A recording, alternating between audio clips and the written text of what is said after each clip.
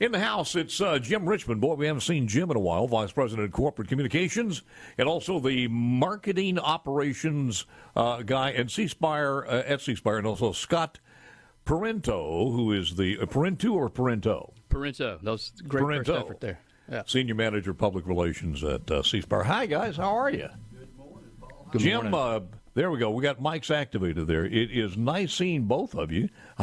I know you guys have been busy, and I mentioned a little bit earlier on Twitter that it seems like technology is moving at warp speed now. Yeah. And that keeps you guys busy. But just to bring us up to date, Jim, what's the latest and what's going on as far as Cspire is concerned? Yeah, well, first of all, it's great to be back with you, Paul. It's been a while since I've been in studio here, so it's you've good. been traveling a lot too. Yeah, so. yeah, business is good. Yeah. We've been extremely busy, which is obviously terrific for us. We back in January of 2021, this past year, we announced that we would be investing over a 3-year period about $500 million in Mississippi, really to expand fiber, continue to expand fiber, and continue to expand 5G on the wireless side. And so we're about 1.5 years into that, right on track with the investment. And, it's kept us obviously extremely busy, really with all three lines of our business. So You guys use the same method over and over as far as laying those lines.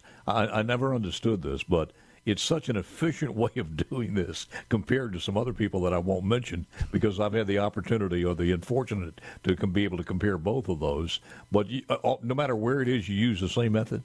Yeah, pretty much. But again, it changes somewhat depending on the lay of the land. Like, for instance, we're actually installing or constructing a lot of fiber in Alabama these days. And so when you get around areas like Homewood and Vestavia Hills and places like that, obviously the terrain, the rocky soil is just much tougher than it is than laying in some places in Mississippi. But our home side has been really going gangbusters. I mean, we've got we're actually selling or signing customers up in about 41 cities in Mississippi and working with about 5 more municipalities as far as getting permits or in the construction process. So that's really good. And then, like I mentioned, in Alabama, we've got about 12 cities that we're currently working with, and have 8 more that are in that process or that with the cities getting permits and all of that. So really been good. And we also have a fiber hood turned on in just north of the state line in Collierville. So we're in Tennessee now with our home product too. Wow.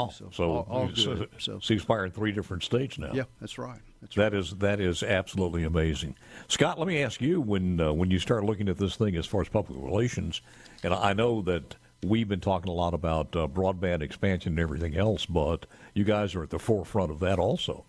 Oh, absolutely. There's no doubt we've put a lot of effort, as Jim mentioned, that $500 million investment in the state of Mississippi to help expand our efforts and getting fiber in the ground and expanding our 5G wireless network. And we're, as you said, well on our way there and right on track with our plans. And from a wireless standpoint, it's been very busy this year. One of the big things that we've done is expand our small cell offerings across the state of Mississippi. Yeah. For example, we've got 50 schools across the state, and that number's growing, where we've deployed small cells, which help increase bandwidth and support across school campuses. So they're able to support sporting events or even provide more robust coverage for parents sitting in carpool lines, those types of things, and helping folks get connected in places where they may have had issues otherwise.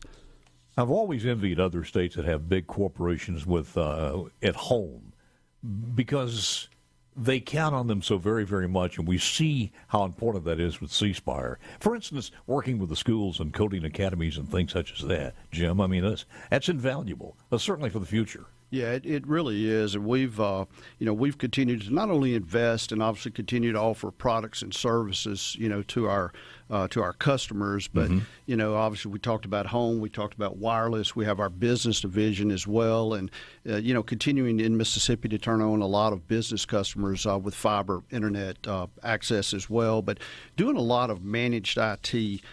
Products and services for those companies as well, and that's something that's kind of confusing maybe to the just average Joe. But really, we do a lot of things to help create solutions to businesses in areas where they just have headaches. So you may have managed infrastructure needs like switches and routers and Wi-Fi options and things like that. And then we also sell a lot of security and cloud services, disaster recovery, a lot of backup. We have 5 data centers, and we store a lot of data for big banking institutions and hospital, medical in the medical arena and things like that. So again, we've continued to invest in a lot, in Alabama as well. But the tech movement, the Cspire tech movement, has been very important to us too. So while we're selling products, services, and investing on that end, we're really trying to give back to the state. And Scott he kind of drives the tech movement from day to day. So maybe tell them a little bit more about where we are with that. Sure. Well, as you remember last year, we had a big success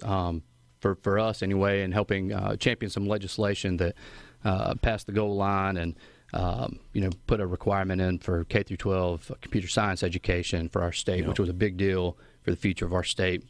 We committed $1 million fund from our Cspire Foundation to help get that teacher training portion of the initiative jump started. That's ongoing currently. The first middle schools kind of coming on board this school year, this 2022-23 school year. Once we get the middle schools up, start phasing in elementary schools, and then the high schools will follow there, the 2024-25 school year. So we are very excited about the state of computer science education and the growth that we're about to see across the state of Mississippi with a qualified, student base that's going to be geared up for the high-tech jobs that are out there now that we all know, both internally at Cspire and just across the economic landscape here that ran a challenge to get filled. I think you guys are going to be knocked out of the park and be surprised how these kids take that and will be energized by that. It's right up their alley, and I'll think the same thing when you get down to the lower grades, maybe in the elementary. These kids are proficient in that in a way that it's hard for some of us older folks to understand. Absolutely. But great job on doing that. You said that's going to start this year in some middle schools? The teacher training is already, there's been camps. So we've, the Department of Education utilizes the research and curriculum unit that's housed out of Mississippi State. And we've become great partners with those guys and, helping with teacher training sessions and, advising on curriculum things when they have questions and that type. So we're, I feel like a lot locked at the hip with the research curriculum unit there and the great folks that run that organization. And they've hosted quite a few teacher training camps this summer, and we'll continue that, as this initiative continues to roll out. Jim Richmond. Jim is the Vice President of Corporate Communications and Marketing Operations, and Scott Parenteau, who is the Senior Manager of Public Relations at Cspire. And guys, because I have a chance to do these on a daily basis as far as some of the Cspire information on a daily basis, I know that, I think it was last month before last, was a call to action to get, some of the best and brightest out there to join the team at Cspire. But always, as fast as you guys are growing, is that still something that's needed? Yeah, there's no doubt. I mean, we are growing. We've got a bright future. We've been talking about all the investments, that we're putting into the state and outside of the state as well, and continuing to grow our workforce as well. And we've not only expanding, like I said, on the fiber side, but in Alabama, for instance, over the last 2.5 years, we've purchased 2 companies.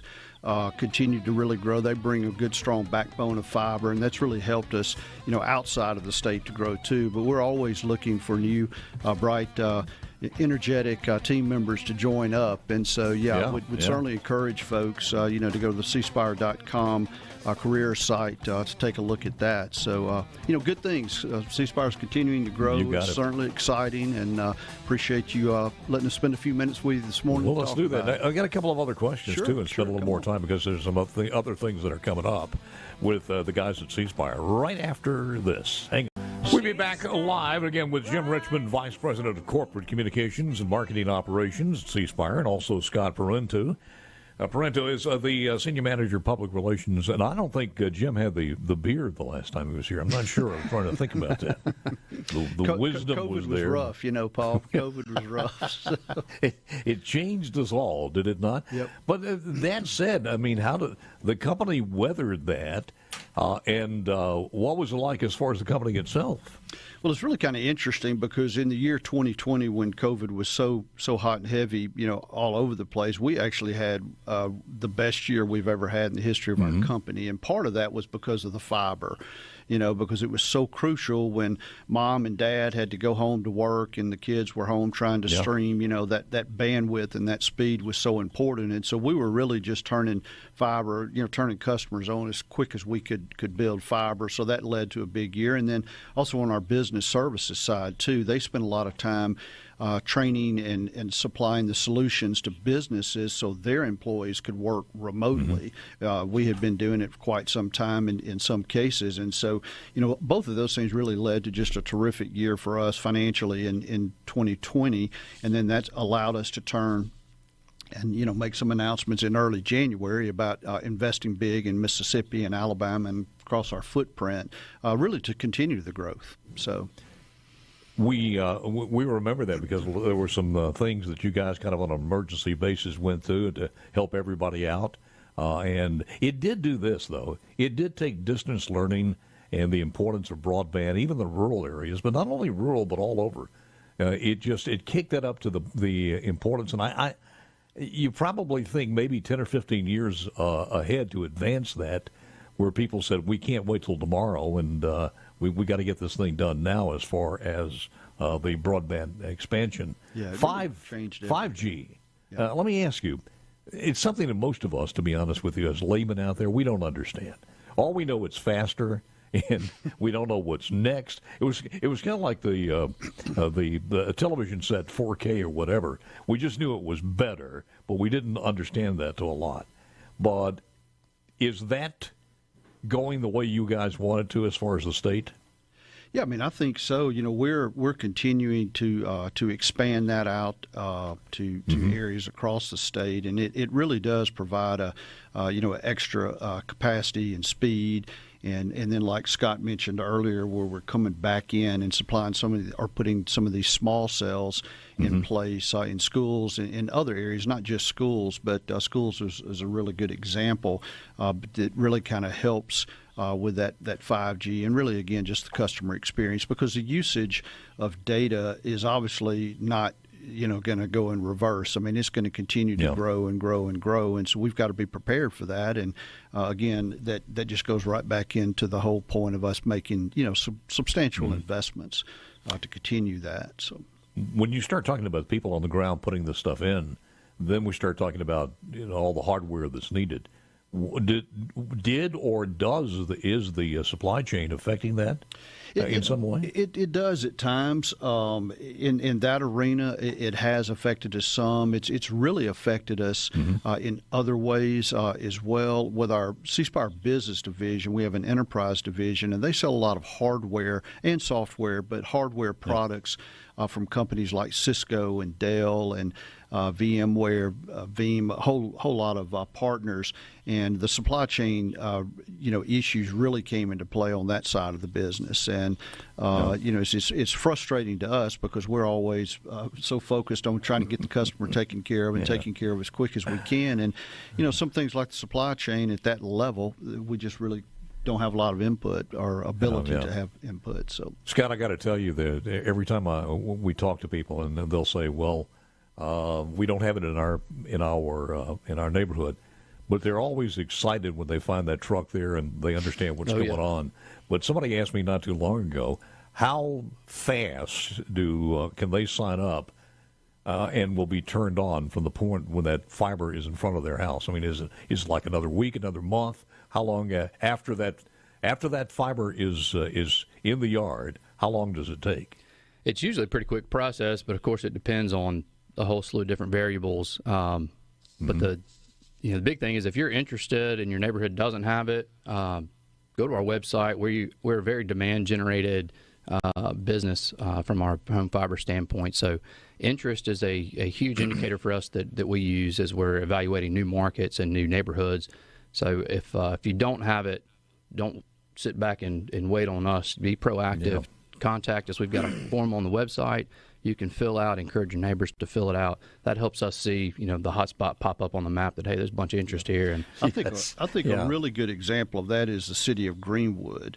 Yep. Greenwood, their residents, showed us in great numbers that they were very interested. They had a very proactive city leadership there that came to us, and we're able to, build that area fairly quick, and we're now servicing customers in the Greenwood area. But that's a really good example of that demand generation. You also see that, we've just recently started deploying services in Collierville in Tennessee. Tennessee's become a very important market for us. We're rapidly expanding out our business services offerings, but the home side, the residential side, is got a new frontier for us up there as well. And Collierville's been a market where we've seen a lot of interest. So yeah, that's good. Yeah.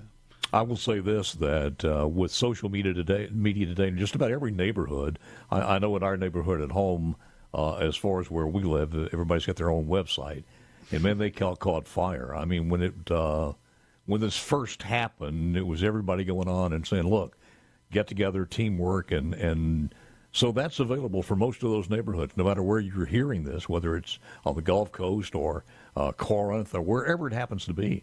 And get your neighborhood groups together, and if the interest is there, then, as Scott said, you're ahead of the ball game. Yeah. So it is tremendously important. Some final thoughts from you, Scott? And we're just excited, one, to be continuing your allowance of us showing up on your show occasionally and talking about the good things we haven't had. So. I haven't seen it since Dave. Dave I thought Dave maybe Dave burned the card. Nobody else knew about it. So Dave's doing great. He lives around the corner from me. He retired in January, and we miss him, but he's doing good. I get to see him occasionally. So Dave, here's your shout out if you're out there listening. But no, we're good. Hey, we're real excited about football season coming up. We invest a lot in passion points for our customers. Sports is definitely high up on the list. So you'll see us on sidelines on coaches' headsets across the SEC, and as well as Coach Prime at Jackson State, and a lot of others. So we're excited to continue all of that. So that has been incredible. But when you see a coach from another state wearing it, you said, man, we're just like pulling for the home team there as far as Cspire is concerned. So that has been remarkable. Jim, your final thoughts, sir, is where we are and where we're going. Yeah, well, like I've been talking quite a bit about our growth and what we're bringing, again, to the markets, really with both our business services, home services, and wireless. Wireless, our main focus continues to be in Mississippi, little in Memphis and Mobile. Our business services, we focus a lot in Tennessee and Alabama and, of course, our home state in Mississippi. And with home today, we've been in Mississippi, about 41 cities here, 12 active in Alabama. We've got about another 14, 15 cities between Mississippi and Alabama that we're working with. And then, like Scott mentioned, we're now across the state line in Tennessee, and a lot of growth opportunities there. So, we feel like the future is really, really bright. I've been with the company over 30 years, and I'm just as excited about our future today as I was 20 years ago. So and that's a good thing. So again, we appreciate being able to spend a few minutes with you and talking about. Well, we got to do this again. There's a lot of things, and I don't have time to do it now. But just because I had a story earlier this morning that streaming service after streaming service is raising their prices, and I think we had one. I forgot was it ESPN, Perez? Yeah. I forgot what it was. ESPN Plus. ESPN Plus going from $6.99 to $9.99, a 46% increase. But you guys have to stay on top of that every single day, and you've done a great job on it. By the way, kudos. And I'm not sure if it was you or who it was, but now that I can get the Cardinals and the Braves from Valley, so I cannot tell you how many people have said thank you from DeSoto County all the way down to the coast. So they can be the Braves or the Cardinals, the two biggest clubs here in the state of Mississippi. So that has been absolutely fantastic. But Scott, real quickly, speak to that as far as how do you stay on top of that? Because some of these people are pricing themselves out. Oh, yeah. MLB did. Yeah, it's a, we're lucky we've got really smart people on our team that can pay attention to those things and be able to react and set us up to a position of success. But yeah, it's like a race to the bottom. I think we've just done the promo for the next program to come in and talk about that. Jim, good to see you, my man. Appreciate it very, very much. Scott, good to meet you, sir. Yes, sir. Look forward to the next visit, sir. Absolutely. Thank you, Paul.